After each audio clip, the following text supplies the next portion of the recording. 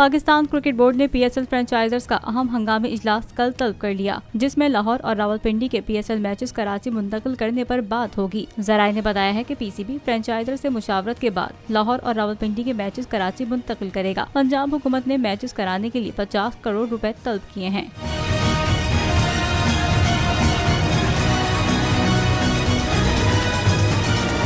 जराये का कहना था कि PCB ने खाने पीने की मद में 5 करोड़ रुपए की अदायगी कर दी है। ताहम पंजाब हुकूमत ने लाइटिंग और सिक्योरिटी की मद में बाकी 45 करोड़ रुपए भी अदा करने का कह दिया है। जराये के मुताबिक कराची में मैचेस कराने के लिए ये अखराजात अदा करने नहीं पड़ते। PCB ये अखराजात बचाने के लिए मैचेस शहर कायद में मुंतकिल कर सकता है।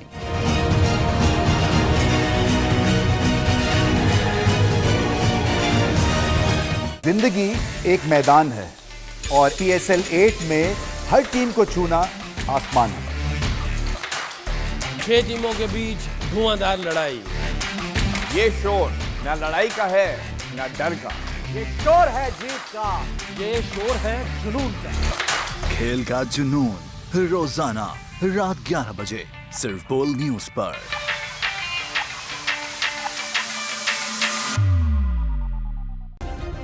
सब्सक्राइब करें और बेल दबाएं ताकि कोई खबर रह न जाए।